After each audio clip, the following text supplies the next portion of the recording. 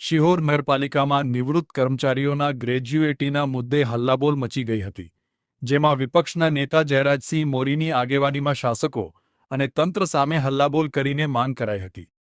શિહોર નગરપાલિકામાં છેલ્લા ઘણા વર્ષોથી નિવૃત્ત કર્મચારીઓને ગ્રેજ્યુટીની પૂરી રકમ ચૂકવવામાં નહીં આવતા અને એકમાત્ર કર્મચારીની પૂરી રકમ ચૂકવી દેવામાં આવતા રોષ જોવા મળ્યો છે. ત્યારે વિપક્ષ નેતા જયરાજસિંહ મોરીની ઉપસ્થિતિમાં પ્રાદેશિક કમિશનરને લેખિતમાં ફરિયાદ કરવામાં આવી હતી.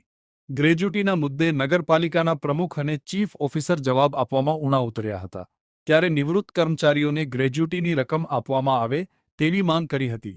જોકે આખરે ચીફ ઓફિસરે જણાવ્યું કે નિવૃત્ત કર્મચારીઓને ગ્રેજ્યુટીની રકમ ચૂકવવામાં આવશે. આપી દેવા પડે, આપી દેવાના છે એટલે તો આપી દેવા પડે. ક્યારે આપવાના હું તમને નિર્ણય હું કર્યો એ કયો, એ તો આપી દેવા પડે, એ બધાને ખબર છે. તમારે ગમે ત્યારે આપવા તો પડશે જ તે. નિર્ણય હું કર્યો એ કયો. પછી તમે આપો એનો મીનિંગ આમાંથી ઘણા આપણે